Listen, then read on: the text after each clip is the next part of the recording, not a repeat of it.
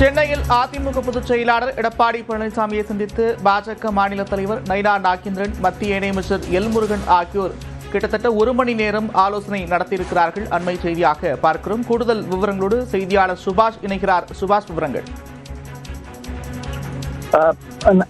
வரும் மார்ச் 1ஆம் தேதி பிரதமர் தலைமையில் தேசிய ஜனநாயக கூட்டணியினுடைய பொதுக்கூட்டமானது மதுரையில் நடைபெறுகிறது. அதற்கான பந்தக்கால் நடும் விழா இன்று மதுரையில் நடைபெற்றதை பார்த்தோம். அதன் தொடர்ச்சியிலிருந்து நயினார் நாகேந்திரனும், கோயம்புத்தூரிலிருந்து முருகனும் ஆகியோர் சென்னை வந்திருந்தனர். எடப்பாடி பழனிசாமி இல்லத்திற்கு எடப்பாடி பழனிசாமி சென்ற அடுத்த ஒரு மணி நேரத்திலேயே நயினார் நாகேந்திரன் சென்றிருக்கிறார். அவருடன் மத்திய இணையமைச்சர் எல் முருகனும் சென்றிருக்கிறார்கள். நாம் 3 விஷயத்தில் இதுல பார்க்க வேண்டியது இருக்கிறது. நமக்கு அவர்கள் சொல்லக்கூடிய தகவலாக இருப்பது பிரதமர் வருகை சம்பந்தமாக நடந்த ஏற்பாடுகள் என்னென்ன என்பது தொடர்பாக பேசப்பட்டிருக்கிறது. அன்றைய தினத்தில் கூட்டணி கட்சியில் யார் யாரெல்லாம் மேடை ஏற வேண்டும், பிரதமர் வருகையின் போது யார் யாரெல்லாம் பங்கேற்க வேண்டும், அதாவது மதுரையில் தடையிறக்கும் போது யார் யாரெல்லாம் அவரை வரவேற்க வேண்டும் உள்ளிட்ட அனைத்து விஷயங்களும் பேசப்பட்டிருக்கிறது. அடுத்தபடியாக கூட்டணியை வலுப்படுத்துவதற்கான மிக முக்கியமான விஷயங்கள் பேசப்பட்டிருக்கிறது. பட் அது வெளிப்படையாக செய்தியாளர் சந்திப்பை இந்த நிகழ்வை முடித்துக் கொண்டு, அதாவது சந்திப்பை நிறைவு செய்து வந்த மத்திய அமைச்சர் எல் முருகனும் சந்திக்கவில்லை, நயினார் நாகேந்திரனும் பத்திரிகையாளர்களை சந்திக்கவில்லை. ஆகையால் பேசப்பட்டிருப்பதான வாய்ப்பு இருக்கிறது.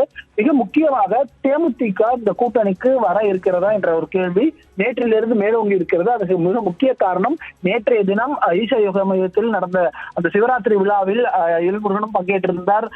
அதிமுகவினுடைய மூத்த முன்னாள் அமைச்சராக இருந்த SP வேலுமணி அவர்களும் பங்கேற்றிருந்தார். பிரேமலதாவும் பங்கேற்றிருந்தார்கள். அந்த இடத்தில் ஒரு 20 நிமிடம் அவர்கள் பேசியதாக தெரிகிறது.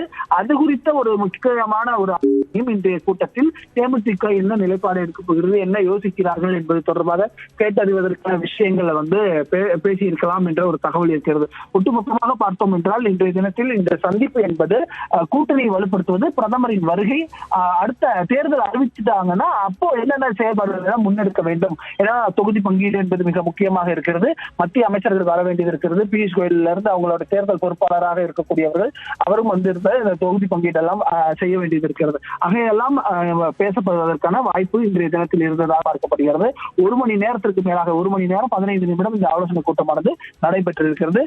அதிமுக பொதுச் செயலாளர் எடப்பாடி பழனிசாமியின் இல்லத்தில். அதன் பின்னராக பதிவிட்டிருக்கக்கூடிய நயினார் நாகேந்திரன் இது ஒரு மரியாதை நிமித்தமான சந்திப்பு என்று சொல்லியிருக்கிறார்.